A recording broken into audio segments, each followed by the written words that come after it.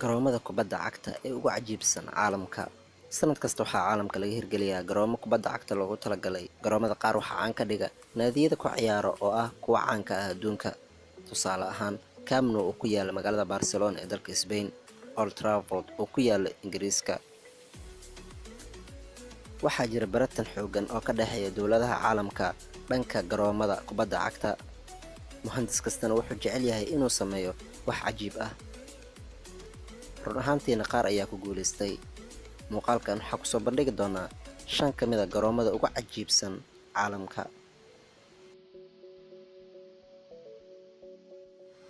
Otmar Hitzfeld, deegaanka Gisborne ee ku yaala dalka Switzerland, ayaa si weyn looga yaqaanaa guud ahaan qaaradda Yurub maadaama uu ku yaalo garoon aad cajiib u ah. Garoonkan ayaa loogu magac daray macalinka ka soo jeeda dalka Jarmalka ee lagu magacaabo Otmar Hitzfeld, kaasoo kooxda Switzerland ama xulka Switzerland gaarsiiyay gabagabada koobka adduunka sanadii 2010. Garoonkan wuxuu ku yaalaa buuraha Alpes, gaar ahaan buurta lagu magacaabo Zermatt, wuxuuna dhulka ka sarreeyaa 2000 oo mitir, taasoo ka dhigaysa garoonka ugu sarreeya guud ahaanba qaaradda Yurub. Allianz Arena. Garoonka Allianz Arena waa garoonkii ugu horeeyay ee guud ahaanba midabkiisu isbedbedelo, isagoo markii uu ku ciyaarayo naadiga Bayern Munich noqonaya midabka casaanka ama guduudka. Sidoo kalena naadiga xulka qaranka Jarmalka marka uu ka ciyaarayo wuxuu noqonayaa midabka cadaanka. Laakiin nasiib xumo waxaa la sheegay in arrinkan uu sabab u yahay shilal fara badan oo ka dhaca wadooyinka agmara garoonka. Sida awgeed waxaa lagu daayay hal midab oo kaliya. Garoonkan wuxuu leeyahay waxyaabo kale oo cajiib ah, sida qolalka ciyaaryahanada oo ku yaala dhulka hoostiisa.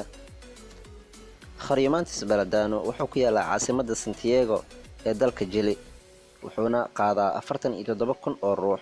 Garoonkan horey wuxuu u ahaa goob lagu ciqaabo dadka xilligii kaligii talisnimada. Mid ka mid ah fanaaniinta dalkan ayaa ku abuuray bartamaha garoonka geed dhererkiisu dhan yahay 10 mitir.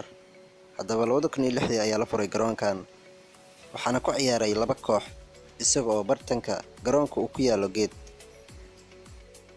Flotte Marina Bay oo ku yaala dalka Singapore. Dabcan waan ognahay horumarka ka jira dalka Singapore. Garoonkan wuxuu ku yaalaa gudaha badda, waana garoonka ugu weyn garoomada ku yaala gudaha badda ee guud ahaanba caalamka.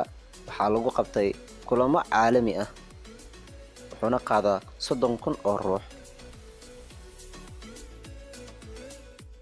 The Adidas Futsal Park, garoon ku dul yaala goob laga dukaamaysto, waa tusaale muujinaya sida dunida ay ugu tartamayso dhismayaasha garoomada. Garoonkan wuxuu ku yaalaa dalka Japan, wuxuuna qaadaa 5,000 oo ruux.